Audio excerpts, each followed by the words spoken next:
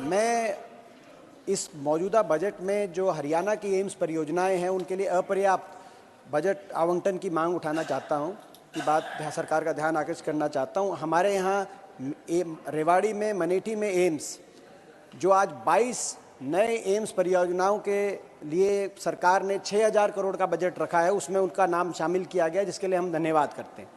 लेकिन जिस तरह से बजट आवंटन हुआ है उसमें 250 से 300 करोड़ एक नए एम्स के बाटे आएगा, जो अपर्याप्त है, क्योंकि सीएजी की जो रिपोर्ट आई 2020-21 में, उसके अनुसार एम्स की, किसी भी एम्स की परिसर को तैयार करने, बिल्डिंग कंस्ट्रक्शन की कॉस्ट लगभग 3,000 करोड़ के आसपास सीएजी ने दिखाई गई है।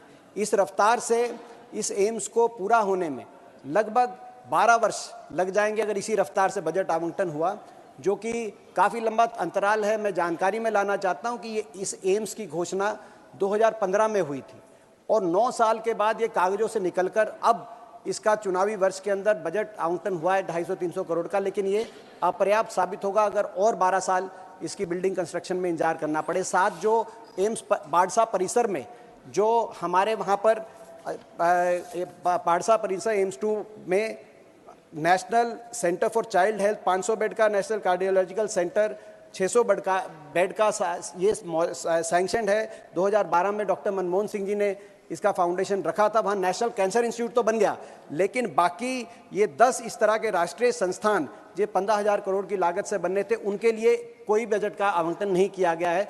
मैं मांग करना चाहता हूँ कि इन परियोजनाओं के लिए भी बजट का आवंटन किया जाए। 10 वर्ष में इन परियोजनाओं का कोई 1 रुपया भी बजट का आवंटन उसी रूप से नहीं किया गया जैसे हमारे यहाँ मेट्रो का विस्तार हमारे क्षेत्र में होना था।